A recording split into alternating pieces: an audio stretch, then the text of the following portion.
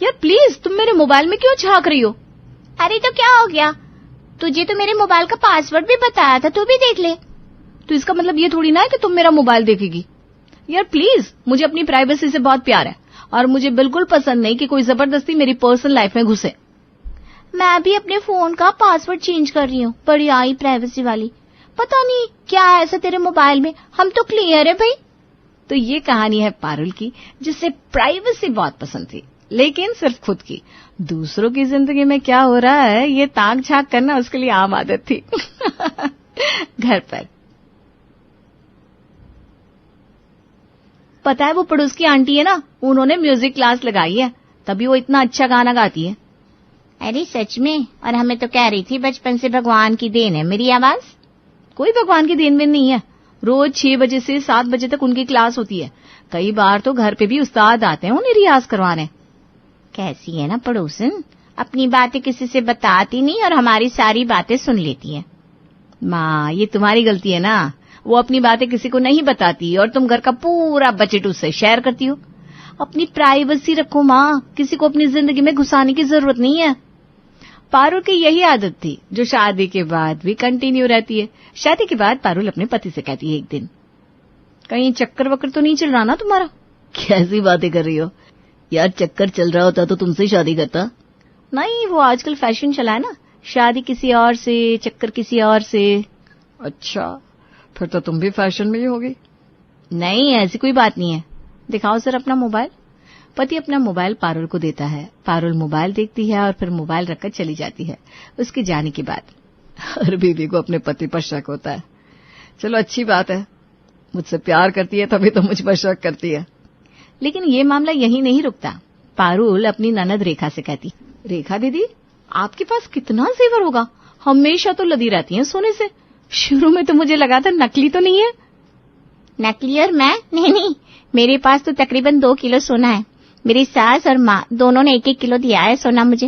वैसे आपके पास कितना है? मेरे पास 2 किलो कहाँ। चलिए मैं आपके लिए चाय बनाती हूँ। पारुल ये बोलकर वहां से निकल जाती है। एक दिन पति का फोन आया। वो बात करके फोन रखने जाता है कि किसका फोन था, जरा दिखाओ मुझे अपना फोन। अरे यार, मेरी कलीग का फोन था। पागल यार। हाँ तो फोन दिखा दो ना, इसमें इतना डरने वाली क्या बात है? या फिर कोई ऐसी चीज है जो मुझसे छुपा रहे हो? यार तुम हमेशा पागलों जैसी बात क्यों करती हो? ये पकड़ो मेरा फोन, नहाने जा रहा हूँ।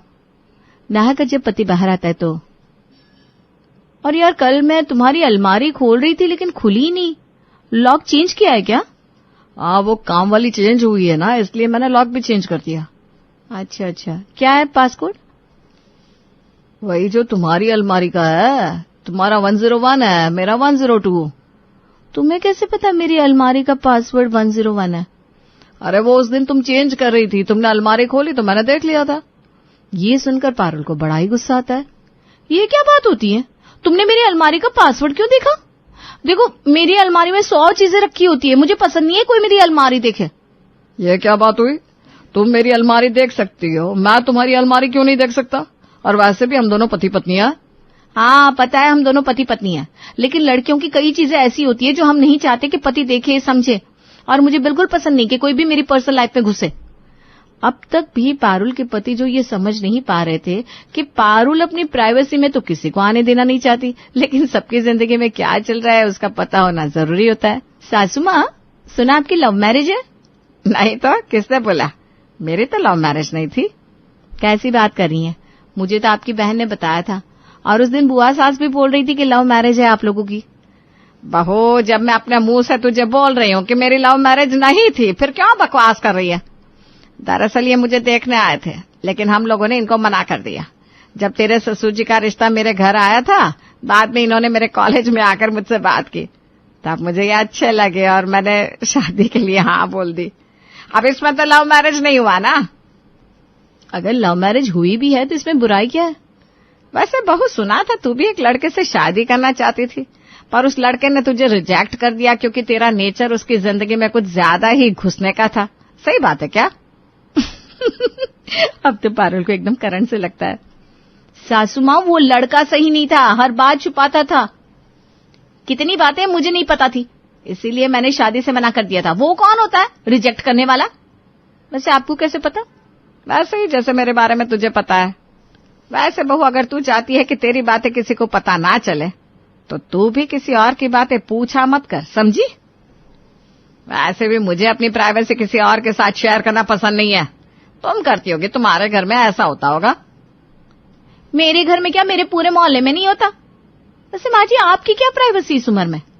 वो तेरा हेडेक नहीं है। देख बहू, आगे से मुझे कोई भी पर्सनल सवाल करने से पहले 100 बार सोच लेना, ठीक है? बहू सास की तीखे अंदाज से डर जाती है, लेकिन वो कहते ना, झुकेगा नहीं साला। बिल्कुल माँ जी, मैं ये भी नहीं पूछूंगी कि शाम के खाने में क्या बनाना है। Privacy, you know. मत पूछना, ये तेरे ऊपर है। पर अगर मुझे पसंद नहीं आया तो फिर दोबारा बनाना पड़ेगा। पसंद आए या ना आए, ये मेरे ऊपर है। चलो, मैं तो चली। बहू अगर 2 हाथ थी तो सास उससे भी 4 हाथ आगे थी। सास से तो पारुल को करारा जवाब मिल जाता है, लेकिन जो आदत होती है वो बदलती कहाँ है। ससुर जी, बस एक बात पूछनी थी, आप लोगों के पास प्रॉपर्टी कितनी है? बेटा, हमारे पास गांव में घर है, यहाँ आसपास 2 जमीनें हैं, ये मकान है। अच्छा अच्छा, और कैश होगा बैंक में? हाँ बेटा, उसी से जो ब्याज आता है तो घर चलता है। बाकी सरकारी नौकरी तो थी नहीं जो पेंशन आता। अच्छा अच्छा, फिर तो ठीक है। वैसे तुम्हारे भी मायके में काफी जमीन है, सुना है आम के पेड़ भी है तुम लोगों के। वो क्या है ना पिताजी, माँ मना करती है किसी से अपने प्रॉपर्टी डिस्कस मत किया कर। ये बोलकर पारुल वहां से चली जाती है। अच्छा, मैंने सुना है तुम्हारी जो जमीन है उसके आसपास भी काफी जमीन है। चलो ना, देख कर आते। कहाँ है तुम लोगों की जमीन? मुझे नहीं पता कहाँ पर है, और मुझे तो ये भी नहीं पता कि जमीन है।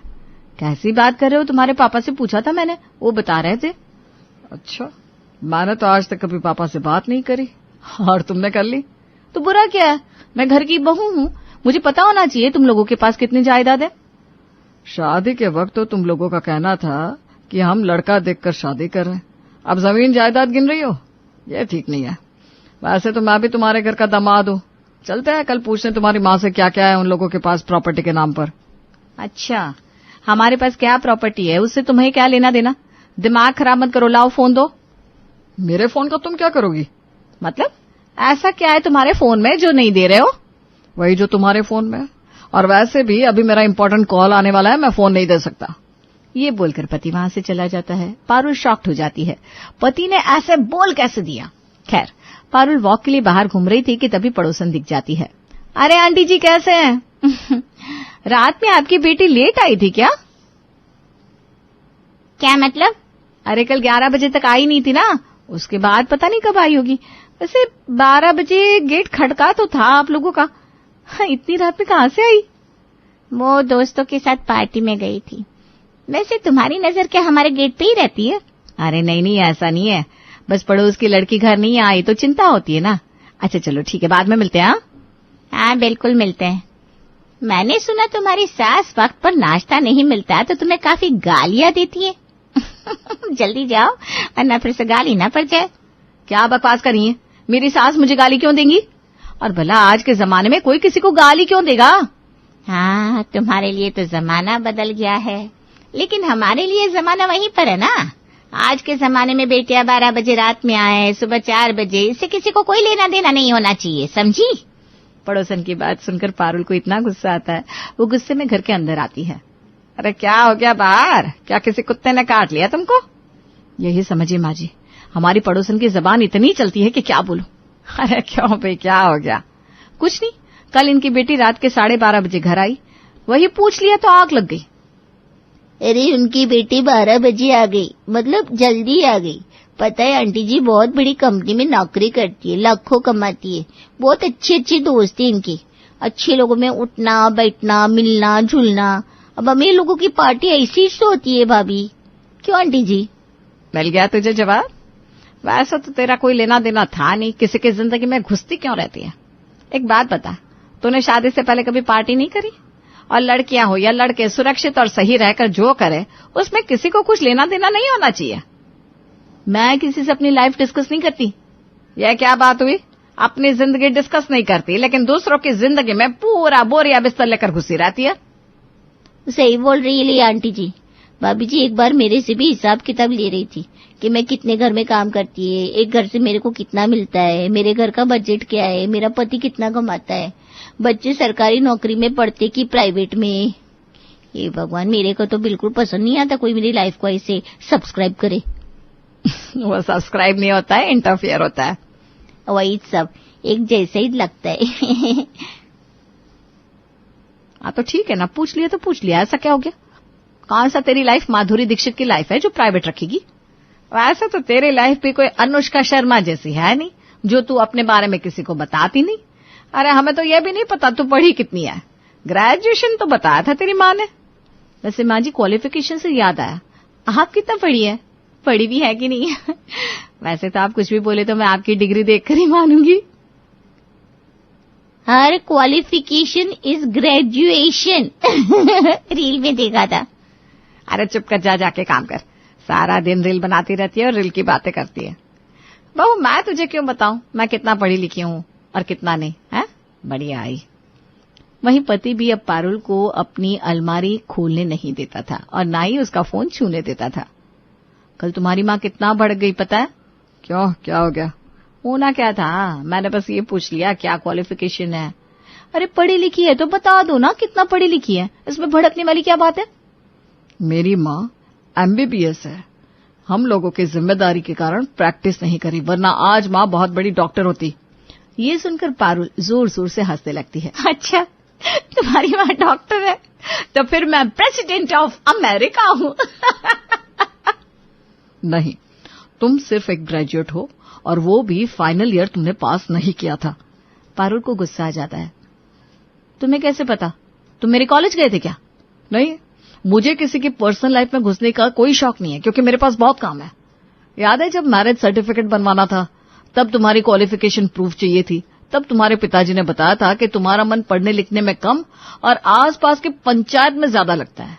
शादी हो गई थी, वरना एक बार को सोचता कि शादी करनी है कि नहीं। अच्छा, बड़े आए सोचते। मैंने तुमसे शादी करके एहसान किया है। पति कुछ नहीं बोलता और वहां से चला जाता है। पीछे से पारुल कहती है, अरे अलमारी का पासवर्ड तो बता दो। पति उसकी बात को अनसुना करके चला जाता है। उतने में पारुल की माँ का फोन आता है। और बता बेटा कैसी है, क्या बनाया आज खाने पीने में?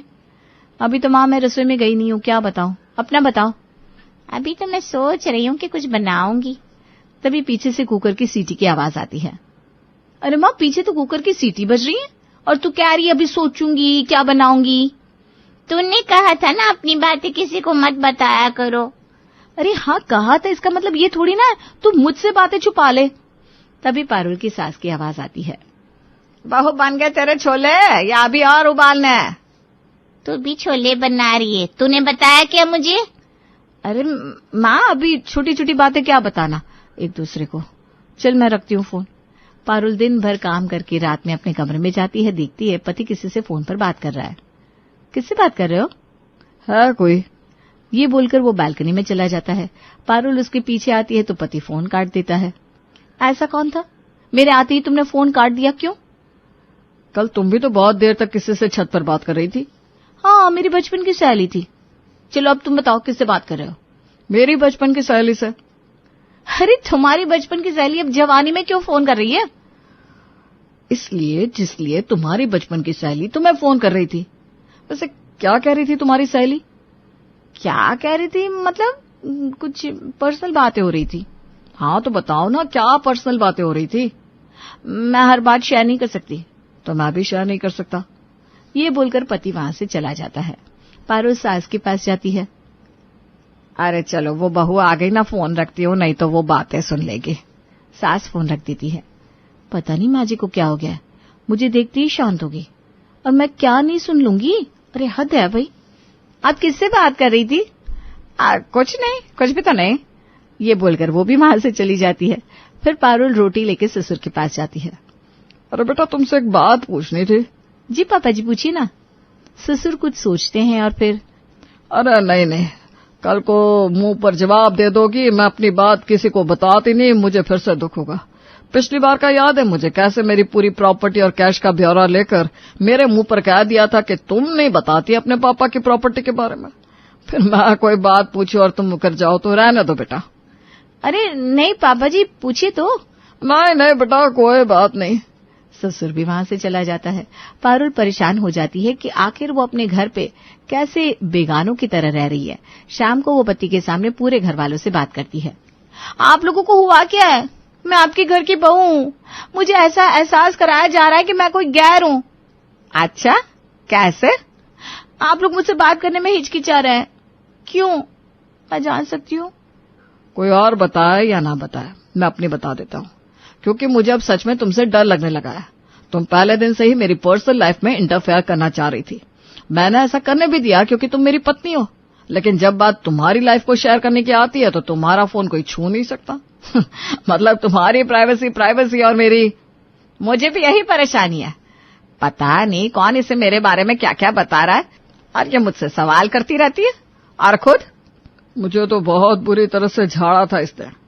मुझे तो बात करने से भी डर लगता है। इसकी प्राइवेसी और हमारी।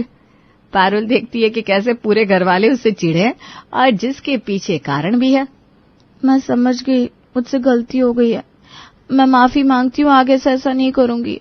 ये कहानी है एक ऐसी ननद की जिसे बुराई करना बहुत पसंद था।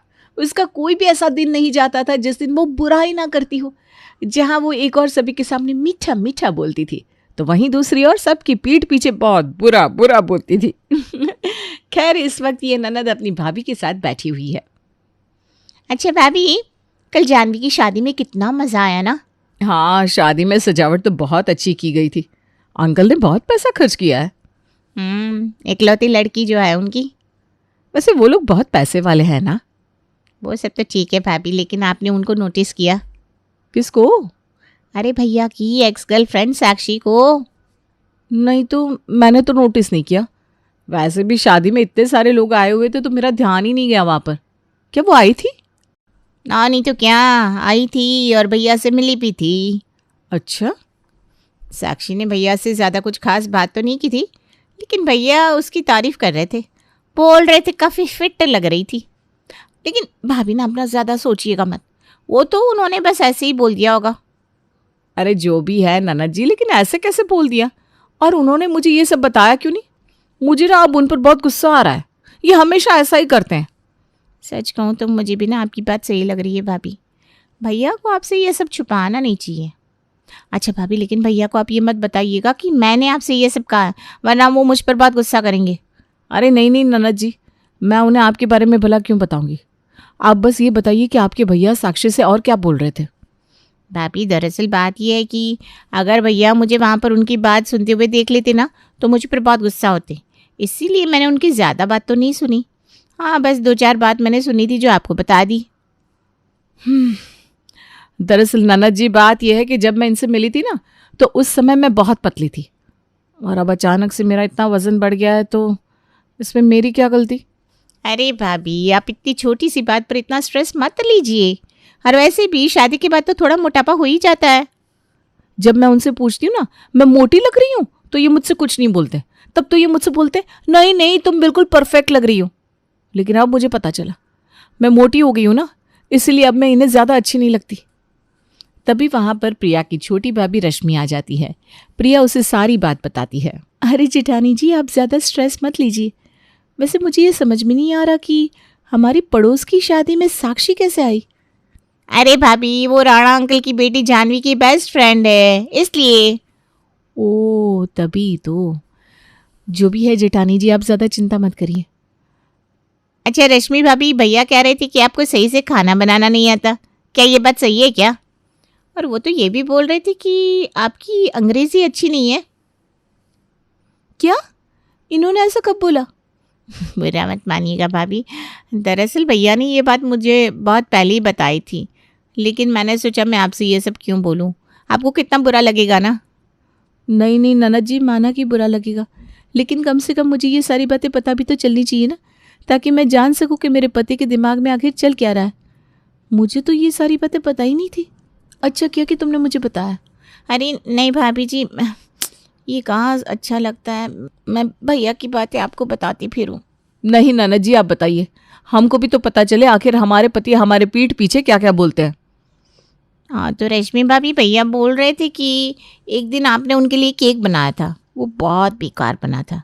अब क्योंकि आपने पहली बार भैया के लिए केक बनाया था तो भैया ने मजबूरी में वो केक खा लिया। भैया जब ये बात हमें बता रहे थे ना तो बहुत हंस भी रहे थे। वो मेरे बारे में ऐसा कैसे बोल सकते हैं? अरे देवरानी जी, अब तो बोल दिया ना। सच में ये आदमी ना होते ही ऐसे, हमेशा औरतों की गलतियां निकालते रहते हैं। आप सही कह रही हैं जेठानी जी, इन लोगों को तो हमारी कदर ही नहीं है। और ये मेरी अंग्रेजी के बारे में बोल रहे हैं। अरे खुद की अंग्रेजी कितनी अच्छी है। और ये जो बोल रहे हैं ना कि मुझे खाना बनाना नहीं आता, अरे क्या इन्हें पता नहीं कि मैं कितने बड़े घर से आई हूँ? वहां तो मैं चाय भी नहीं बनाती थी और यहाँ तो सब कुछ बनाती हूँ। इस तरह ये ननद अपने दोनों भाई की बुराइयां अपनी भाभियों से करती रहती है। तो उसी रात ज्योति अपने पति से उसी विषय पर चर्चा करती है। वो अपने पति से झूठ बोलती है कि उसे ये सारी बातें उसकी एक सहेली ने बताई थी जो पार्टी में मौजूद थी। अरे ज्योति, मैंने उसे फिट इसलिए कहा था क्योंकि एक्चुअली उसने 1 महीने पहले अपना एक फिटनेस क्लास खोला है और सोशल मीडिया में मैंने उसकी कुछ पोस्ट वगैरह भी देखी थी। तो बात यह है कि जब साक्षी मुझसे मिली तब वो अपने फिटनेस क्लास के बारे में मुझे बताने लगी। तो बस इसीलिए मैंने बातों बातों में बोल दिया कि वो फिट लग रही है। इसमें तुम इतना बुरा क्यों मान रही हो? जो भी है, आप उससे सीधी सीधी बात करते ना। अरे आपको उसकी तारीफ करने की क्या जरूरत थी? आपने उसकी तारीफ कर दी तो वो सोच रही होगी कि आप अभी भी उसके पीछे पड़े हुए हैं। ऐसा कुछ नहीं है। और वैसे भी वो बता रही थी कि कुछ महीनों बाद उसकी शादी होने वाली है। तुम ना बेवजह प्लीज शक मत करो। मेरा उससे कोई लेना देना नहीं है। और हाँ, मैं कान पकड़ता हूं कि अगली बार मैं उससे बात करना तो दूर, उसकी तरफ देखूंगा भी नहीं। ओके? हाँ, ऐसा ही करिएगा। दूसरी ओर प्रिया की छोटी भाभी रश्मि अपने पति मनीष से मुंह फुलाकर बैठी हुई थी। अरे क्या हुआ रश्मि, आज मुझसे बिना बात किए ही सो रही हो? आपसे बात करने का क्या फायदा? अरे भैया, मैंने क्या कर दिया? कुछ नहीं, आपने कुछ नहीं किया। आप कभी कुछ करते ही कहा है? अरे बताओ ना, किस बात पर मुझसे नाराज हो? अच्छा, शायद तुम इस बात पर नाराज हो कि मैंने तुम्हें वो महंगी वाली साड़ी नहीं दिलाई, है ना? मुझे नहीं पता। रश्मि ये कहकर चद्दर तानकर सो जाती है। दरअसल वो अपनी ननद के द्वारा बताई हुई बातों पर मनीष से झगड़ा नहीं कर सकती थी, क्योंकि अगर वो ऐसा करती तो मनीष को पता चल जाता कि उसकी ननद ने ही सारी बातें रश्मि को बताई हैं। खैर, कई दिनों तक ऐसा ही चलता रहता है। ये दोनों भाभियां अपने पतियों से नाराज रहती है। इसी बीच चलो, अभी बहुत अच्छा मौका है। दोनों भाभियां सब्जी लेने बाजार गई हुई है। मेरे पास कम से कम 2 घंटा तो है ही। तब तक मैं आराम से इन दोनों की बुराइयां अपने दोनों भाइयों से कर पाऊंगी। रोहन भैया, मनीष भैया, अब दोनों क्या कर रहे हैं? अरे कुछ नहीं प्रिया, मैच आने वाला है ना, तो हम दोनों बैठकर आराम से मैच देखेंगे। सच में बड़ा सुकून मिलता है मैच देखकर। सही है। वैसे भी जब भाभियां घर में रहती है तो आप दोनों को सुकून कहाँ मिलता है? अरे तू ये क्या बोल रही है? वही तो। आप दोनों ना मेरे सामने नाटक मत करो। मुझे पता है आजकल भाभियां आप दोनों से बहुत झगड़ा करती हैं। अरे अब क्या कर सकते हैं, ये सब तो पति पत्नियों के बीच में होता रहता है। वही तो। आज तक इस चीज से भला कोई बच सका है क्या? हाँ भैया, वो तो मुझे पता है कि पति पत्नी के बीच में लड़ाइयाँ होती रहती हैं। ये काफ़ी कॉमन सी बात है। लेकिन आप दोनों की लड़ाइयाँ अपनी अपनी पत्नियों से कुछ ज़्यादा ही नहीं हो रही? वैसे मुझे आप दोनों से कुछ कहना भी था। हाँ हाँ, बोल ना। मैं ये सोच रही थी कि आप दोनों कितने अच्छे हैं, अपनी पत्नियों से कितना प्यार करते हैं, और एक तरफ भाभियाँ हैं जो हमेशा आप दोनों की बुराइयाँ करती रहती हैं। उस दिन ज्योति भाभी बोल रही थी कि हर आदमी एक जैसे होते हैं, वो कभी भी औरतों को समझ नहीं सकते, और आदमी हमेशा औरतों की गलतियाँ निकालते रहते हैं। वही मैं मन में सोचने लगी कि आखिर आपने ऐसा क्या किया है जो भाभी ऐसा बोल रही है। वही तो, मैंने तो कभी भी उसके साथ बुरा बर्ताव नहीं किया। भैया प्लीज़, पर भाभी को आप कुछ बताइएगा नहीं तो वो बोलेंगी कि ननद जी आप लोगों के बीच में आग लगाती रहती हैं। वो तो मैंने बस आपसे क्लियर करने के लिए ये सारी बातें बोल दी। क्यों भैया, कुछ गलत तो नहीं किया ना मैंने? तूने कुछ गलत नहीं किया है। अच्छा हुआ कि तूने मुझे ये सारी बातें बता दी।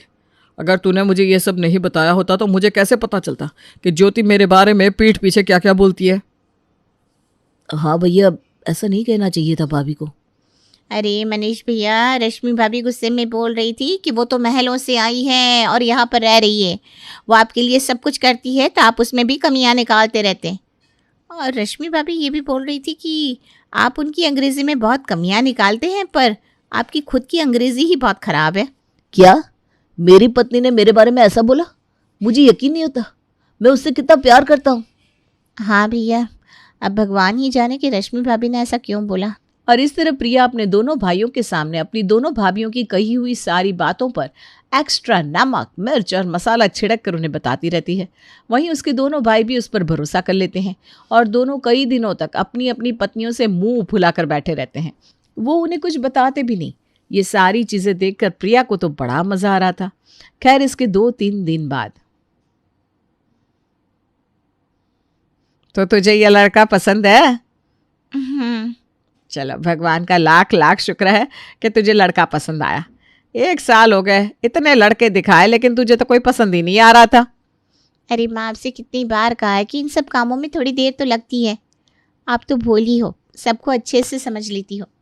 आपको नहीं पता कि इंसानों के भोले भाले चेहरे के पीछे एक दूसरा रूप भी छुपा हुआ होता है। जैसा कि आप अपनी बहुओं को ही ले लो, आप उन्हें कितना अच्छा समझती हो, लेकिन वो तो आपकी पीठ पीछे क्या क्या बोलती रहती है। ये तो क्या बोल रही है? हाँ माँ, देखो ना, आप कितनी अच्छी सास हो, अपनी बहू का कितना ध्यान रखती हो। जब भी बाजार जाती हो तो उनके लिए कुछ ना कुछ ज़रूर लेकर आती हो। यहाँ तक कि उनके चक्कर में आप अपनी बेटी को भूल जाती हो। अरे भला, आज के ज़माने में इतनी अच्छी सास होती है क्या? तू कहना क्या चाहती है प्रिया? जरा साफ साफ और जल्दी बता। अरे उस दिन रश्मि भाभी अपनी फ्रेंड की बर्थडे पार्टी में जा रही थी, तो तुमने उनसे क्या कहा? थोड़ा सा लंबा ड्रेस पहनो, ठीक है? बस भाभी इतनी छोटी सी बात पर भड़क गई और पता नहीं क्या क्या बोलने लगी। क्या बोल रही थी वो? बोलने लगी, माँ जी बड़ी ओल्ड फैशन लेडी है, हमेशा अपना हुक्म चलाती रहती है, और वो इतने बड़े घर से आई है तब भी यहाँ पर सारा काम करती हैं। इसके बावजूद भी आपको चैन नहीं आता। और न जाने क्या क्या बोल रही थी। अब मम्मी, मैं आपको ये सब क्यों बता रही हूँ? आपको कितना बुरा लग रहा होगा ना। अरे नहीं नहीं, तू बता मुझे। अरे ये बात तो मैंने आपको रश्मि भाभी के बारे में बताई, अब मैं आपको ज्योति भाभी के बारे में बताती हूँ। आखिर वो आपके बारे में क्या क्या बोलती है। बोल रही थी जब वो किचन में खाना बनाती है तो आप उन्हें बहुत टोकती हैं और इस तरह प्रिया अपनी भाभियों के बारे में उनकी पीठ पीछे न जाने क्या क्या बोलती रहती है। माँ, मैंने दोनों भाभियों की सारी बातें आपको तो बता दी, लेकिन प्लीज़ आप उन्हें ये मत बताइएगा कि मैंने आपको ये सब बताया है, ठीक है? हाँ हाँ ठीक है, तू चिंता मत कर। अगले दिन आज छोले भटूरे बना देती हूँ। माँ जी की स्टाइल के छोले भटूरे बहुत अच्छे बनते हैं। ज्योति अपनी सास के पास जाती है। माँ जी, आज मैं छोले भटूरे बना रही हूँ, आप मुझे ये बता दीजिए ना कि कौन कौन से मसाले कितनी कितनी मात्रा में डालने हैं। क्यों भाई, मैं क्यों बताऊं? तुम्हें तो किचन में खाना बनाते समय किसी की रोक टोक पसंद नहीं है ना। और अगर मैं तुम्हें किचन में आकर कुछ बताऊंगी तो तुम्हें ऐसा लगेगा कि मैं तुम्हें टोक रही हूँ। तो बहू, तुम सब अपनी मर्जी से ही करो, मैं बीच में नहीं आऊंगी। तुम चिंता मत करो, ठीक है? माँ जी, मुझसे कोई गलती हो गई है क्या? नहीं नहीं, सारी गलती तो सासू माओं की होती है, तुम बहुओं की तो क्या ही गलतियां होती है। ज्योति उदास होकर किचन में चली जाती है। तभी वहां पर रश्मि आती है। पता नहीं सासू माँ को क्या हो गया है, आज मुझसे भी सही से बात नहीं कर रही थी। आज सुबह जब मैं चाय लेकर उनके कमरे में गई तो बोल रही थी तुम्हें काम करने की क्या जरूरत है। रश्मि, कहीं ऐसा तो नहीं कि सासू माँ ने हमारी बातें सुन ली हो? हाँ जिठानी जी, हो सकता है। ऐसे ही दिन बीतते रहते हैं। तभी एक दिन, देखिए नाना जी, हमें पता है कि आप हमारे पीठ पीछे हमारी बुराइयां करती हैं। आप हमारी बुराइयां करिए, कोई बात नहीं, लेकिन आप बेवजह गलत गलत बातें सासू माँ को और हमारे पतियों को तो मत कहा करिए। इस तरह दोनों भाभियां अपनी ननद को बहुत समझाती हैं, लेकिन ये ननद कहाँ मानने वाली थी। खैर, इसी बीच प्रिया की शादी भी हो जाती है। सूरज जी, आपकी माँ बड़ी अजीब है। उस दिन पता नहीं आपके बारे में वो मुझसे क्या क्या बोल रही थी। क्या बोल रही थी मेरी माँ? बोल रही थी कि 7 साल पहले तुम नशा वगैरह करते थे और बहुत बिगड़ गए थे। उस वक्त तुम्हारी गर्लफ्रेंड भी थी जिसके चक्कर में तुमने घर का बहुत नुकसान करवाया था। वो अरे अब चिंता मत करो, वो आपका पास्ट था।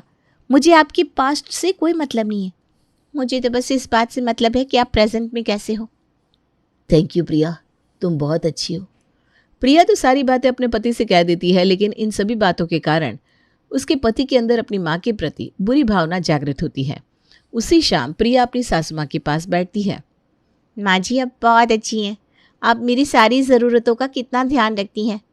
और एक तरफ मेरे मायके वाले हैं जो मेरे बारे में सोचते ही नहीं, और जब से भाभी आई है ना घर में, वो सब तो मुझे भूल ही गए हैं। अच्छा, जी माँ जी, मेरी दोनों भाभियाँ मुझसे बहुत चिढ़ती हैं, हालांकि उन्हें सब कुछ मिलता है, और मेरी माँ वो भी कम नहीं है।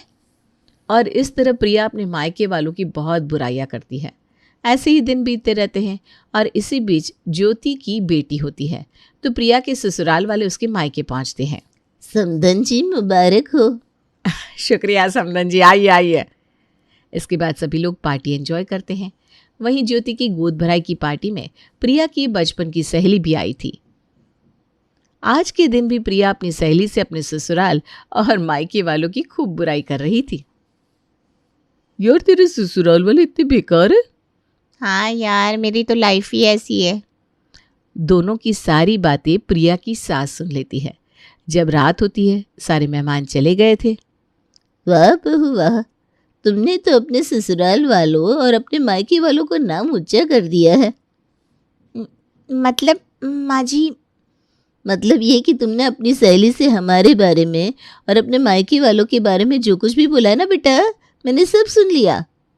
और प्रिया की सासू माँ जोर जोर से सारी बातें उसकी मायके वालों को भी बता देती है। प्रिया, तू ऐसा करेगी मुझे यकीन नहीं हो रहा। अपने मायके वालों की बुराई। माँ वो तो बस मैंने ऐसे ही। ननद जी ऐसे ही? मतलब क्या है आपका?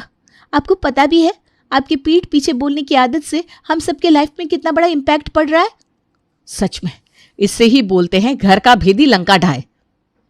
और प्रिया, तुमने अपनी सहेली से मेरी भी बुराई की। आखिर मैंने तुम्हारे साथ ऐसा क्या कर दिया था? मैं तो सोच रहा था कि तुम मुझसे बहुत खुश हो, लेकिन यहाँ तो सब उल्टा ही है। प्रिया, तेरी वजह से मैं तेरी भाभी के बारे में कितना बुरा सोच रहा था। सच में प्रिया, तूने ये बहुत गलत किया, वो भी अपने ही परिवार वालों के साथ। और इस तरह सभी लोग प्रिया से बहुत नाराज होते हैं। प्रिया, कल हम तुम्हारे मायके से चले जाएंगे, लेकिन तुम यहीं पर रहोगी, और तुम यहाँ तब तक रहोगी जब तक तुम अपनी ये बेकार आदत सुधार नहीं लेती, क्योंकि मुझे बेवजह अपना माथा खराब नहीं करना। नहीं माँ जी, ऐसा मत कहिए, मुझसे बहुत बड़ी गलती हो गई है, मैं मानती हूँ। मैं आप सभी से वादा करती हूँ कि मैं लोगों की पीठ पीछे बोलने वाली आदत छोड़ दूंगी। तो प्रिया के कई बार माफ़ी मांगने के बाद उसकी सासू माँ आखिरकार मान जाती हैं। वहीं प्रिया को भी अपनी गलती का एहसास सच में हो जाता है और इसके बाद प्रिया के मायके वाले प्रिया को अच्छे से समझाते हैं। हाँ माँ, अब मुझे समझ में आ गया है। अब ये गलती कभी मत करना। ये कहानी शुरू होती है शर्मा परिवार के घर से। शर्मा परिवार एक बहुत ही खुशहाल परिवार था। दादा दादी चाचा चाची से भरा पूरा परिवार। और इस बड़े से परिवार में गिनकर सिर्फ 2 ही बच्चे थे, पलक और संजना। अरे संतोष, अब पलक की शादी की सोचेगा कि नहीं? 26 की हो गई है पलक, और उसके बाद 7 की संजना भी है। बड़ी को पार करेगा तब तो दूसरे का नंबर आएगा। मेरी दी कहीं नहीं जाएगी दादी, आप घूम फिर कर शादी की बात क्यों करने लगते हो? अरे बेटा, एक ना एक दिन बेटियों को तो पराई होना ही पड़ता है। और तू क्या बोल रही है? तेरी दीदी के जाने के बाद तो खुद मुझे बोलेगी, मम्मी अब मेरा इस घर में मन नहीं लगता, मेरी भी शादी करा दो। हाँ तो फिर ठीक है, मैं उसी घर में शादी करके जाऊंगी जहाँ दीदी जाएगी। ठीक है ना दीदी?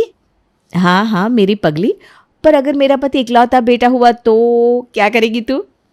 पड़ोसी तो होंगे ना उनके, कोई जंगल में तो जाओगी नहीं तुम, पड़ोसी के घर में शादी कर लूंगी। ये थी पलक और संजना। दोनों में इतना प्यार कि क्या कहना। संजना अपनी दीदी के बिना 1 मिनट नहीं रह सकती थी, और ऐसा ही पलक के लिए भी था। रात को खाने के टेबल पर सुषमा सभी के प्लेट में मिठाइयाँ परोसती है, पर पलक की प्लेट में नहीं, जिसे देखकर संजना को बहुत बुरा लगता है। ये लो दीदी, तुम मेरे प्लेट की मिठाई खा लो। हद कर दी मम्मी ने, अभी तो तुम्हारी शादी हुई भी नहीं और ये अभी से ही तुम्हें पराई कर रही हैं। हाँ हाँ दीदी की लाडली, भर दे कान उसके।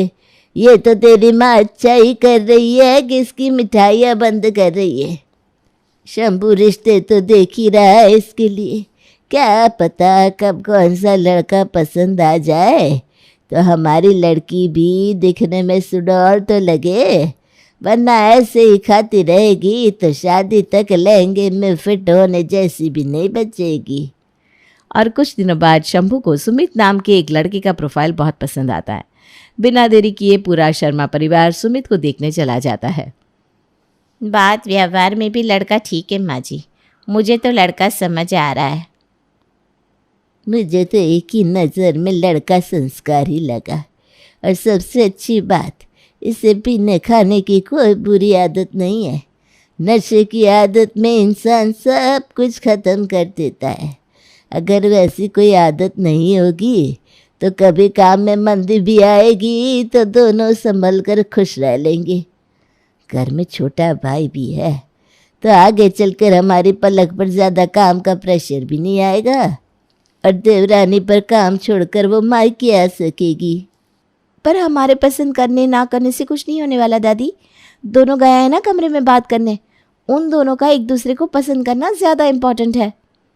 पलक सीधी सादी थी और सुमित भी बड़े शांत स्वभाव का था, तो दोनों की बातें और सोच बिल्कुल मेल खा जाते हैं और वो इस रिश्ते के लिए राजी हो नाचती गाती हुड़दंग करती हुई पलक मंडप तक पहुंचती है। ये पलक क्या कर रही है, कहीं इसके ससुराल वाले नाराज़ ना हो जाए। पर नाराज होने की बजाय पलक के ससुराल वाले उसके साथ ही डांस करने लगते हैं। ये तो जितना सोचा था उससे भी अच्छा परिवार निकला। दी की किस्मत तो बड़ी अच्छी है। विदा होकर पलक अपने ससुराल चली जाती है। 2 दिन बाद संजना के पास पलक का कॉल आता है। तेरा वो पिंक वाला ड्रेस लेकर आएगी क्या एक बार? वो क्या ना, मैं पैकिंग कर रही हूँ, हम स्विट्जरलैंड जा रहे हैं। सुमित ने ना मुझे कल सरप्राइज दिया।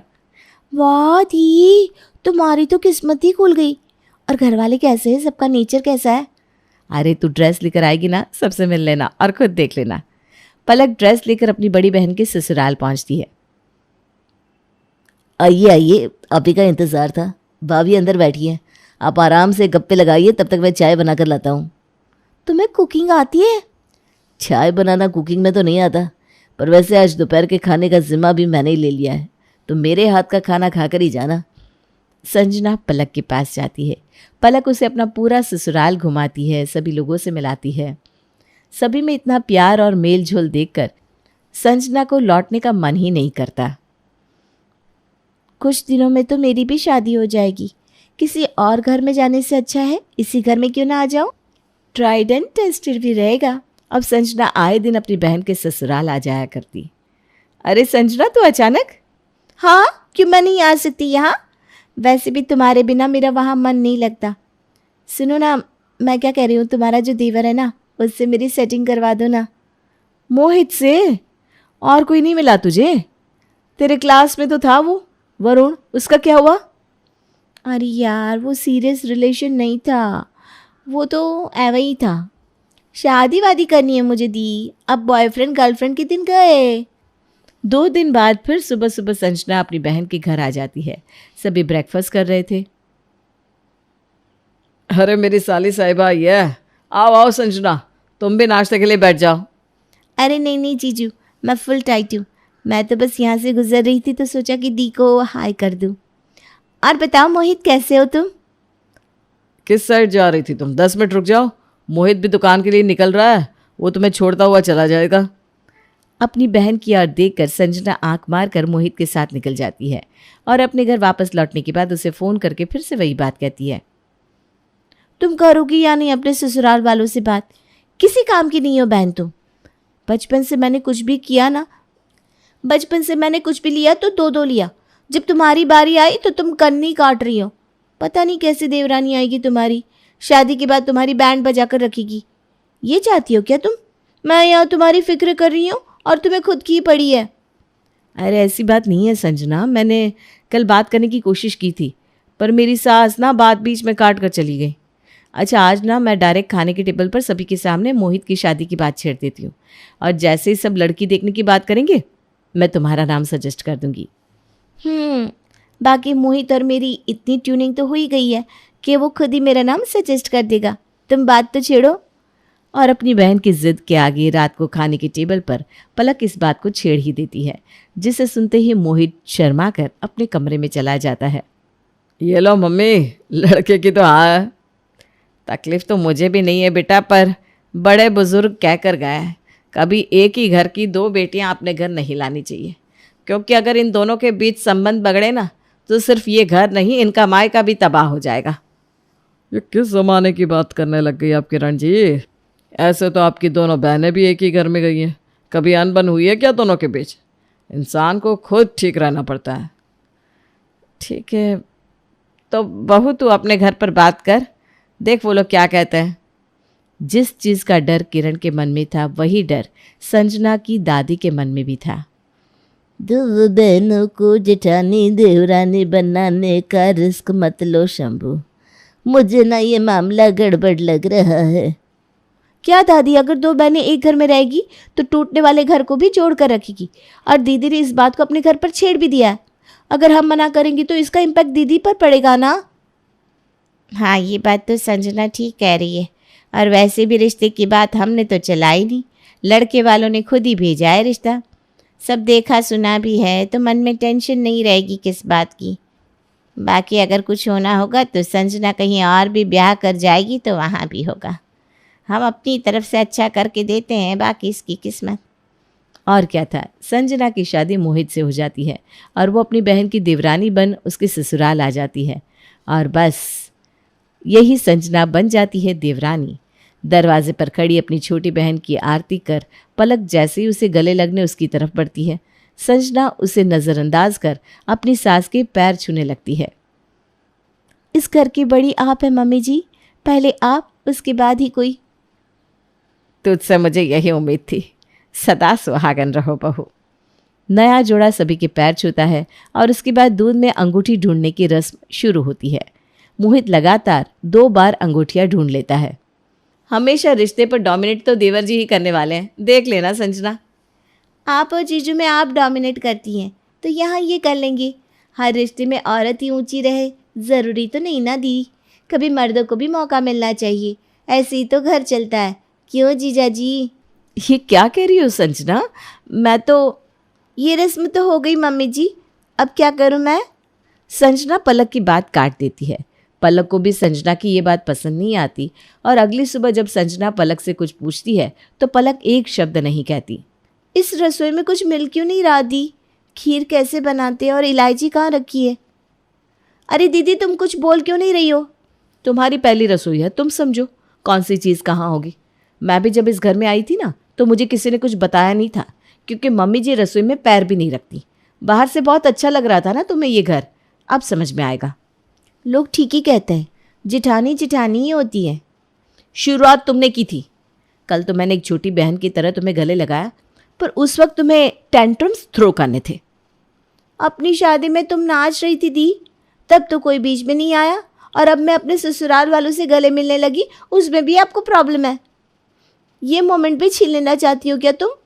रहने दो, मैं कर लूँगी सारी तैयारी। और संजना कमरे में जाकर मोहित से ही सारी रेसिपी पूछ लेती है।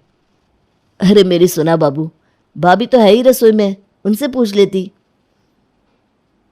शायद पूछा होगा, नाकामी हाथ लगी होगी, इसीलिए घूमते फिरते अपने पति के पास आ गई। गलती की क्या मैंने? ये कहकर रोती हुई संजना मोहित के गले लग जाती है। क्या? ये तो बहुत गलत किया भाभी ने। तुम टेंशन मत लो, मैं चलता हूँ किचन में, सब कुछ निकाल कर दे दूंगा तुम्हें और बता दूंगा कैसे बनाना है। कहो तो मैं ही बना दूँ? ना, ऐसा नहीं कर सकते। संजना खुद ही रसोई बनाती है और सभी को अपनी पहली रसोई परोसती है। एक बात मैं बता दूँ, संजना ने आज पहली बार ये सब बनाया है अपनी लाइफ में। फिर तो बहू को स्पेशल गिफ्ट मिलना चाहिए भाई। ये कहते हुए विनोद अपने पर्स से ATM कार्ड निकालकर अपनी बहू के हाथ में रख देता है। जो समझ में आए खरीद लेना बहू, रात को जब दुकान से लौटूंगा तो कार्ड वापस कर देना। ये अच्छा है, मेरे वक्त तो 501 रुपये हाथ में रख दिए और नई बहू को ATM कार्ड सौंप दिया पापा जी ने। ये तो वही बात हो गई पापा जी कि जिसे खाना बनाना आए वो अगर 56 भोग भी परोस दे तो कोई बड़ी बात नहीं, और जिसे ना आए वो पानी भी पिला दे तो वाह वाह हो जाए। ये कहते ही पलक की आंखें भीग जाती हैं और वो अपने आंसू पोंछते हुए अपने कमरे में चली जाती है। ये अपना अच्छा नहीं किया पापा, रोने लग गई ना बेचारी, दिन भर तो सभी के कामों में लगी रहती है। अब वैल्यू नहीं मिलेगा तो रोएगी ही। मैं जाता हूँ उसके पास। अभी तो बातें हल्की फुल्की लग रही थी कि शाम को सुषमा पलक को कॉल करके उसका हालचाल पूछती है। क्या बताऊं मम्मी, दिन भर तो काम करती थी, सोचा था देवरानी आएगी तो हाथ बटाएगी, पर यहाँ तो सब कुछ उल्टा ही हो गया। कितना मनाया मैंने अपने ससुराल वालों को संजना के लिए, और वो तो यहाँ आते ही बदल गई। यहाँ सब उसके अपने हो गए मम्मी, और मैं पराई। यहाँ की वहाँ करना, मेरे देवर को मेरे खिलाफ भड़काना, जीना हराम कर दिया उसने मेरा। ऐसी तो नहीं थी संजना, मैं बात करूंगी उससे, बेटा तू रो मत। पलक अपनी माँ से फ़ोन पर बात कर रही थी कि उसके कमरे के बाहर से गुजर रही संजना सब सुन लेती है। वो गुस्से में अपने कमरे में जाती है और अपनी माँ को कॉल लगाकर कहती है, नहीं विदा हुई हूँ मैं मम्मी, पर मुझे कॉल नहीं लगाया आपने। अभी भी आपको अपनी बड़ी बेटी की चिंता है। अपने ससुराल आए 2 मिनट नहीं हुआ था मुझे कि सभी के सामने ताने देने लग गई कि पति इस रिश्ते को डोमिनेट करेगा। वो क्या चाहती है कि मेरा पति मुझ पर हावी हो, हाथ उठा दे मुझ पर? यही चाहती है क्या वो? इतना अपशगुन बोलती है मम्मी, इतना अपशगुन। अरे मुझे क्या पता बेटा, मुझे लगा एक को कॉल करूंगी तो दूसरे के बारे में पता चल जाएगा। तेरी नई शादी हुई है, मुझे लगा तू जमाई जी के साथ बैठी होगी। कहाँ बैठने देती है तुम्हारी बेटी मुझे मेरे पति के साथ? जैसे ही मोहित के पास जाती हूँ उसके पास आकर बैठ जाती है। इतनी बेहूदगी मम्मी की क्या बताऊं। अब दोनों बहनों का कलेश ससुराल से मायके तक पहुंच जाता है, और सुषमा अपनी एक बेटी से बात कर लेती तो दूसरी नाराज हो जाती, दूसरे से कर लेती तो पहली। इसी में आ जाती है दिवाली। सुषमा अपनी दोनों बेटी और दामादों के लिए गिफ्ट्स उनके ससुराल भेजती है। देखो बहू, तुम्हारे मायके से क्या आया है। मैंने तो समधी जी का भेजा हुआ गिफ्ट पहले ही डिसाइड कर लिया था। तुम दोनों के लिए भी तोहफे आए हैं, मैं खोल कर देखती हूँ। सुषमा ने अपने हिसाब से सब कुछ बराबर ही दिया था, पर जिसके मन में शक आ गया हो उसे तो हर चीज में बुराई दिखेगी ही। पिंक कलर मेरा फेवरेट है और मम्मी ने दी के लिए पिंक साड़ी भेज दी। वाह मम्मी वाह। एक काम कीजिए मम्मी जी, ये साड़ी आप ही रख लीजिए, ये अपनी बड़ी बहू को दे दीजिए। अरे बहू, गुलाबी रंग की तो कितनी साड़ी है तेरे पास, शायद इसीलिए तेरी माँ ने। कोई नहीं मम्मी जी, मेरा कोई भी नहीं है, कम से कम आप तो मेरी अपनी बनिए, आप तो मेरा साथ दीजिए। धीरे धीरे अब संजना और पलक एक दूसरे को देखना तक बंद कर देती हैं। एक रात खाने के टेबल पर, ये कैसा खाना परोसा गया है, चाउमीन और रोटी? रोटी मैंने बनाई है पापा जी, मैदा खिलाकर मैं आप लोगों की जान की दुश्मन नहीं बनना चाहती। कल रात 10 बजे जब हम साथ बैठे थे तभी ये डिस्कस हो गया था कि अगली रात चाउमीन बनेगा, तो साथ में मंचूरियन बनाने की जिम्मेदारी तो जिठानी जी की थी, पर उन्हें तो अपनी चलानी होती है तो बना दी रोटियां। पलक, तुम बड़ी हो ना, बात कर लेती संजना से। यही तो बुराई है इस घर की मम्मी, कि सब कुछ मेरी बीवी को ही समझने को कहा जाता है। क्यों, संजना दूध पीती बच्ची है क्या? वो नहीं बात कर सकती थी पलक से? आज तक मैं चुप रहा हूं भैया, इसका मतलब ये नहीं कि आप मेरी बीवी को कुछ भी कहे। अगर कायदे से रहेंगे तो मैं भी आपकी इज्जत करूंगा, अगर आप कायदा भूलेंगे तो कायदा बोलना मुझे भी आता है। और दोनों के बीच बात इतनी बढ़ जाती है कि खाने की प्लेट फेंक कर दोनों भाई अपने अपने कमरे में चले जाते हैं। खाकर मानोगी क्या मेरे पति को तुम? हाय लगेगी मेरी, वंश नहीं बढ़ेगा तुम्हारा। ज्यादा जुबान चलाई ना तो एक कान के नीचे लगा दूंगी। मैं तुम्हारी छोटी बहन नहीं रही पलक कि तुमने मारा और मैंने मार खा लिया, वो दिन गए। और आप दोनों खड़े होकर क्या देख रहे हैं पापा जी मम्मी जी? आपके सामने ये मुझे मारने की बात कर रही है और आप भूत बनकर खड़े। मुझे अब इस घर में रहना ही नहीं, जा रही हूं मैं। और अंधेरी रात को बिना कोई सामान लिए संजना अपने घर से निकल जाती है। सभी उसके मायके में फ़ोन लगाते हैं पर वो वहाँ भी नहीं जाती। मोहित उसे ढूंढने जाता है तो वो उसे पार्क में बैठी हुई मिलती है। ये क्या हालत बना ली है तुमने अपनी संजना, और ऐसे तुम पार्क में आकर बैठ गई, तुम्हें कुछ हो जाता तो? जमाना कितना खराब है। तो कहाँ जाती मोहित, मेरा मायका भी उस पलक ने छीन लिया और ससुराल भी। अब तुम्हें उस औरत के साथ रहने की कोई जरूरत नहीं है, अब इस घर का सीधा सीधा बंटवारा होगा। और हर रोज की कलेश से परेशान होकर विनोद और किरण अपने घर का बंटवारा कर देते हैं। आज पलक और संजना को अलग हुए 2 साल हो चुके हैं। इस बंटवारे के साथ सिर्फ ससुराल ही नहीं, मायका भी बंट गया। अब तो जाने की उम्र आ गई मेरी, पता नहीं कब मेरी पोतियाँ मुझे अपना चेहरा दिखाएगी।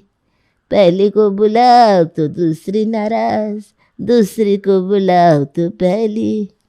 मेरी बात मान लेते तुम लोग तो कम से कम उनका मायका तो खत्म ना होता। एक बार सुधा के पास उसके बहुत ही खास मेहमान आते हैं। अच्छा बहू जा सबके लिए खाना बना दे। जी मम्मी जी।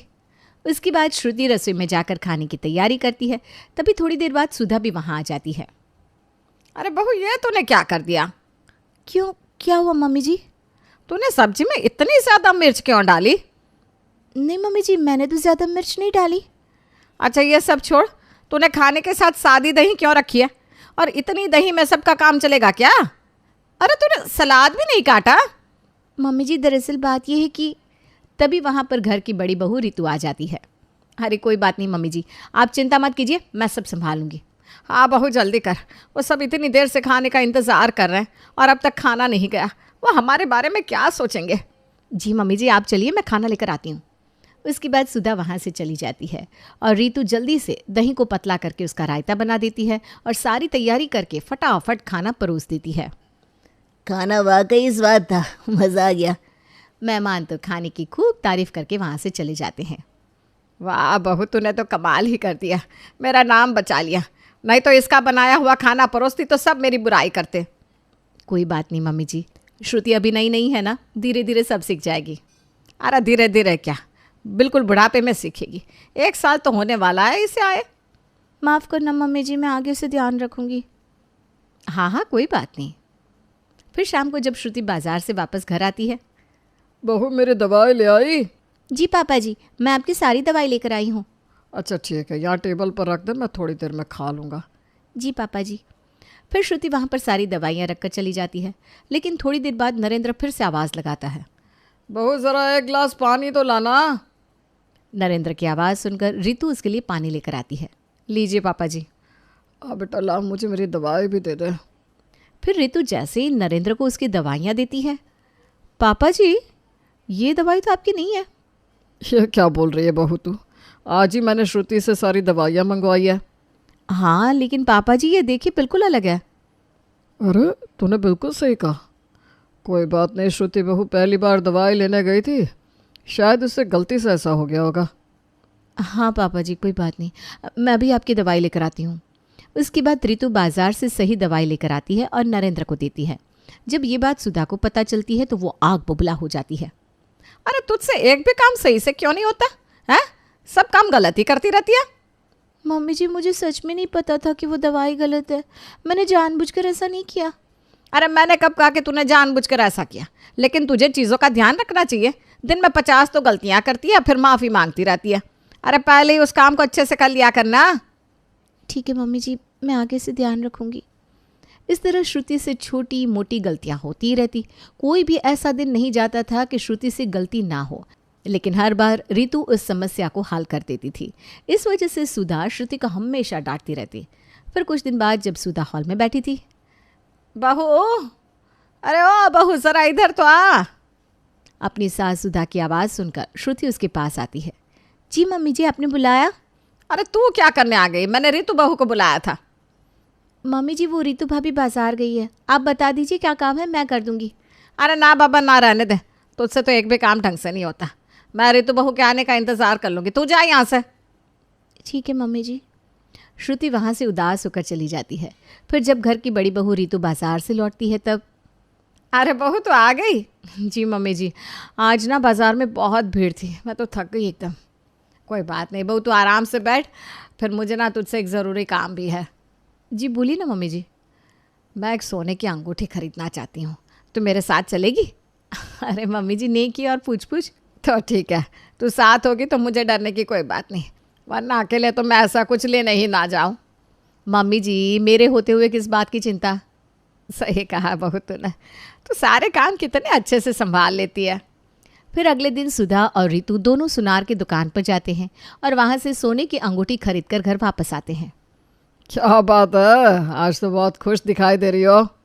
खुश कैसे ना हो, मैंने आज सोने की अंगूठी खरीदी।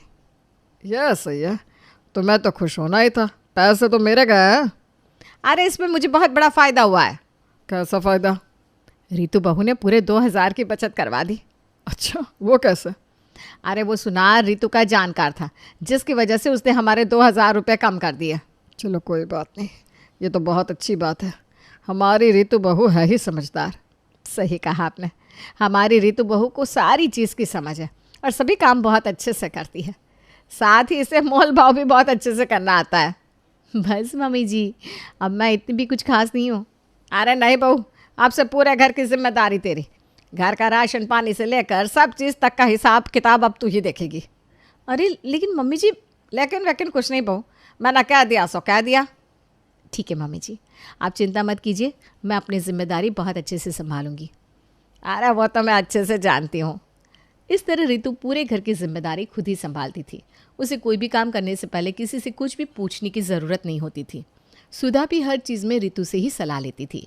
एक दिन जब सभी नाश्ता कर रहे थे, अरे बहू तू आजकल खाना कैसा बनाने लगी है? मम्मी जी वो, दरअसल मम्मी जी खाना मैंने बनाया है। बस, अगर तूने बनाया है तो भला ये अच्छा कैसे हो सकता है? तुझसे तो कुछ भी काम ढंग से नहीं होता। अरे कभी कुछ तो अच्छा कर लिया कर। अरे कोई बात नहीं मम्मी जी, श्रुति धीरे धीरे सब सीखेगी। अरे एक तू भी तो बहू है जो हर काम इतने अच्छे से करती है, लेकिन ये तो एक भी काम ढंग से नहीं करती। रितु बहू, अब से खाना तू ही बनाएगी। खासकर जब भी घर में कोई मेहमान आएगा तो रसोई की जिम्मेदारी सिर्फ तेरी होगी। जी ठीक है मम्मी जी। सुधा श्रुति को डांटने का एक भी मौका नहीं छोड़ती थी। वो श्रुति की हर छोटी छोटी गलती पर उसे डांटती रहती थी। जैसे एक बार की बात है, जब श्रुति और रितु दोनों रसोई में काम कर रहे थे, वैसे ही सुधा को कुछ टूटने की आवाज़ आती है, जिसे सुनकर वो रसोई में जाती है और वहाँ जाकर देखती है कि एक डिनर सेट टूटा हुआ था। अरे तुझे कितनी बार समझाना पड़ेगा, तेरे तो सारे काम ही खराब होते हैं। एक भी काम तुझे ढंग से नहीं करना, घर में सिर्फ नुकसान करने पर तुली रहती है। लेकिन मम्मी जी। क्या हर बात में बस मम्मी जी करती रहती है? पहले तो गलती करती है, फिर माफ़ी मांगती रहती है। अरे कब अकल आएगी तुझे? तब रितु सुधा की बात को बीच में काटते हुए कहती है, मम्मी जी दरअसल इसमें श्रुति की कोई गलती नहीं है, उसने कुछ नहीं किया। ये डिनर सेट मुझसे गलती से टूट गया। क्या कहा? जी मम्मी जी, मेरी ही गलती है, मैंने ध्यान नहीं दिया, मुझे माफ़ करना। अरे कोई बात नहीं बहू, छोटी मोटी गलतियाँ तो होती रहती है, कोई बड़ी बात नहीं है। तू दूसरा डिनर सेट निकाल लियो। ठीक है मम्मी जी। ये सब देखकर श्रुति काफ़ी हैरान हो जाती है। जिस गलती के लिए सुधा अभी 2 मिनट पहले ही श्रुति को इतना ज़्यादा डांट रही थी, लेकिन ये पता चलने पर कि वो गलती रितु ने की है, वो उसे तो कुछ भी नहीं कहती। एक तरफ सुधा श्रुति को हर छोटी छोटी बात पर डांटती थी, लेकिन रितु को कुछ नहीं कहती थी। सुधा अब अपनी दोनों बहुओं में भेदभाव करने लगी थी। एक दिन सुधा बाजार से सामान लेकर आती है और अपनी दोनों बहुओं को अपने पास बुलाती है। देख बहू, मैं तेरे लिए क्या लाई। वाह मम्मी जी, साड़ी। ये दोनों साड़ी तो बिल्कुल एक जैसी है, बस दोनों का रंग अलग है। हाँ, अब त्योहार आने वाले हैं, इसलिए मैंने सोचा तुम दोनों के लिए एक एक नई साड़ी ले आओ। तुम दोनों अपना अपना रंग पसंद कर लो। श्रुति अपने लिए नीला रंग पसंद करती है, लेकिन तभी रितु कहती है, ओह नीला रंग तो मुझे भी बहुत पसंद था। अरे कोई बात नहीं बहू, तू नीला रंग ले ले और हरा वाला श्रुति ले लेगी, है ना बहू?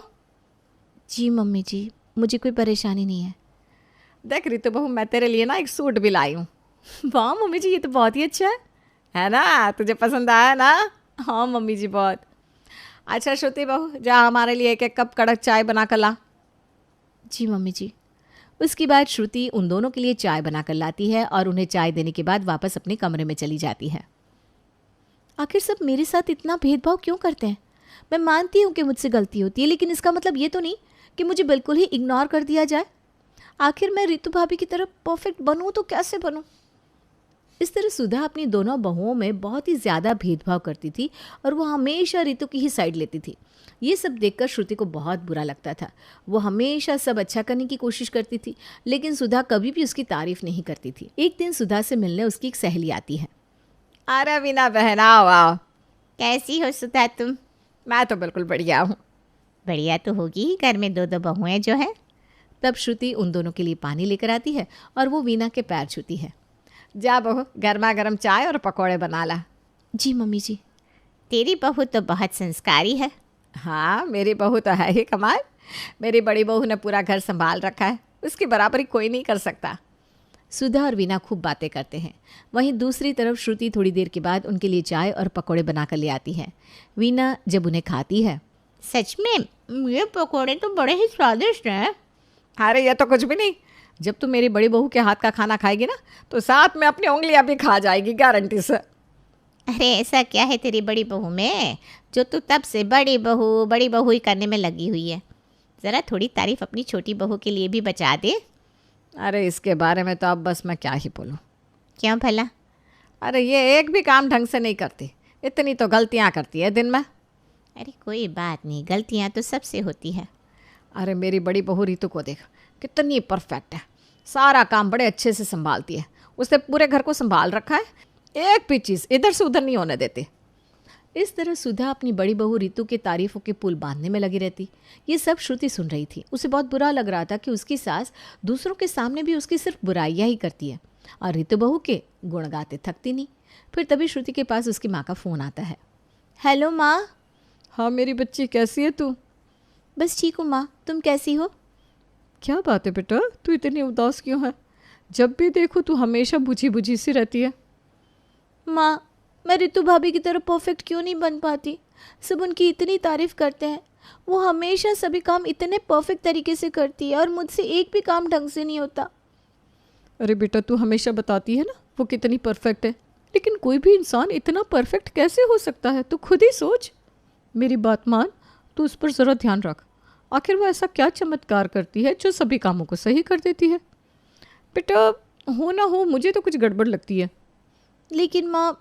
बेटा, एक बार मेरी बात पर गौर ज़रूर करियो। फिर थोड़ी देर बात करने के बाद श्रुति अपनी माँ का फ़ोन कट कर देती है। श्रुति की माँ की बातें उसके दिमाग में घर कर गई थी। अब श्रुति भी अपनी माँ की बातों को बड़ी गहराई से सोच रही थी। फिर उसी दिन से श्रुति रीतू के ऊपर नज़र रखने लगती है। शुरुआत में तो श्रुति को सब कुछ ठीक लग रहा था। फिर एक दिन वो देखती है कि रीतू बाजार से बहुत सारे बैग लेकर आई है और उन्हें छुपाकर अपने कमरे में ले जाकर अलमारी में रख देती है। चलो शुक्र है, आज भी रास्ता क्लियर था, किसी ने मुझे देखा नहीं। उसके बाद रीतू वहाँ से चली जाती है। फिर जब श्रुति कमरे में जाकर देखती है तो वहाँ पर उसे एक बिल नज़र आता है। वो उस बिल को उठाकर देखती है तो उसकी आंखें फटी की फटी रह जाती है। बाप रे, इतने महंगे कपड़े! ये बिल तो कई हज़ारों रुपए का है। कुछ तो गड़बड़ है। दीदी ने वैसे भी ये सारे कपड़े सभी से छुपाकर अलमारी में रखे। अब मुझे आगे की इन्वेस्टिगेशन पूरी करनी होगी। उसके बाद श्रुति उस बिल को अपने साथ ले जाती है। फिर अगले दिन वो अपने जेठ पंकज के पास जाती है। अरे श्रुति, आओ, क्या बात है? भैया ये बिल देखिए तो। अरे वाह श्रुति, तुम्हारी तो मौज हो गई। तुमने इतने महंगे कपड़े खरीदे? तुम जानबूझकर मुझे ये बिल दिखाने आई हो। ज़रूर तुम्हारी भाभी ने तुम्हें भेजा होगा मुझे ये दिखाने के लिए कि यश तुम्हें कितनी शॉपिंग करवा रहा है और मैं उसे कोई भी शॉपिंग नहीं करवाता। लेकिन माफ़ करना श्रुति, यश की तरह मैं इतना दिलदार नहीं हूँ। नहीं भैया, आप गलत समझ रहे हैं। दरअसल ये बिल तो भाभी की शॉपिंग का है। क्या कहा? रीतू ने इतनी शॉपिंग की? हाँ भैया, कल भाभी शॉपिंग करके आई और उसी में से ये बिल गिर गया। लेकिन उसके पास इतने पैसे कहाँ से आए? मैंने तो उसे शॉपिंग के लिए 1 रुपया नहीं दिया। कोई बात नहीं भैया, मुझे सब पता चल गया है। इतना कहकर श्रुति पंकज से वो बिल लेकर वहाँ से चली जाती है। अरे लेकिन जो पता चला वो मुझे भी बताकर जाना चाहिए था ना। मैं तो अब और कंफ्यूज हो गया। फिर शाम को जब सभी हॉल में रीतू का इंतज़ार कर रहे थे। क्या बात है, आप सभी इतनी सीरियस क्यों हैं? क्या कोई मीटिंग होने वाली है? हाँ बहू, हमें तेरा पर्दाफाश करना है। क्या मम्मी जी? लेकिन ऐसा क्या कर दिया मैंने? श्रुति बहू, ज़रा सारे एविडेंस रीतू बहू के सामने रखे जाए। एविडेंस? कैसे एविडेंस? भाभी, मैंने आपके ऊपर इन्वेस्टिगेशन की और मुझे कुछ रहस्य पता चले। आप कल शाम को कहाँ गई थी? बाजार गई थी। आप वहाँ क्या करने गई थी? सामान खरीदने गई थी। कैसा सामान? घर का राशन वगैरह। फिर श्रुति रीतू के सामने कपड़ों का बिल रखती है, जिसे देखकर रीतू काफ़ी हैरान हो जाती है। तो भाभी, ये कहाँ से आया? ये कल का ही बिल है ना? क्या बात है बहू, तेरे इतने पसीने क्यों छूट रहे हैं? उसके बाद श्रुति रीतू के सामने उसके हिसाब किताब की डायरी रखती है। बहू, हमें तुझसे ये उम्मीद नहीं थी। तूने हमारे साथ बहुत बड़ा विश्वासघात किया है। तूने डायरी में सभी सामान के दुगने रेट बताए और हमसे पैसे हड़पे। इतने पैसे हड़प कर तू इतनी महंगी महंगी चीज़ें अपने लिए खरीद कर लाती थी और मैं समझती थी मेरी बड़ी बहू बहुत ही समझदार है, वो हिसाब किताब में बहुत अच्छी और पक्की है। लेकिन हमें क्या पता था कि तू हमें इतना बड़ा धोखा देगी। हाँ बहू, तुझे किसी चीज़ की ज़रूरत थी तो हमसे मांग लेती, लेकिन तूने इस तरह चोरी छुप के ये सब गलत काम किया। सभी रीतू की इस हरकत से बहुत ज़्यादा नाराज़ थे। रितु का भांडा फूटने पर उसे भी अपने किए पर शर्मिंदगी महसूस हो रही थी। मम्मी जी, पापा जी, मैंने बहुत गलत किया है, मुझे माफ़ कर दीजिए। अरे वो तो शुक्र है कि श्रुति बहू ने सब पता कर लिया, नहीं तो हमें तो कुछ भी पता ही नहीं चलता। और तू इसी तरह हमें हमेशा धोखा देती रहती। मैं तुझे बिल्कुल भी माफ़ नहीं करूँगी। लेकिन हमने भी श्रुति बहू के साथ ज़्यादा अच्छा नहीं किया, खास करके सुधा, इसमें तुम्हारी भी बहुत बड़ी गलती है। श्रुति बहू को हर छोटी छोटी बात पर ताने मारे, उससे ना तो तुमने कभी प्यार से बात की और ऊपर से हमेशा उसकी सिर्फ बुराइयां ही की। तुमने कभी श्रुति बहू की मेहनत और लगन नहीं देखी। श्रुति बहू रितु बहू से ज़्यादा ईमानदार निकली। आप सही कह रहे हैं जी। श्रुति बहू मुझे माफ़ कर दे।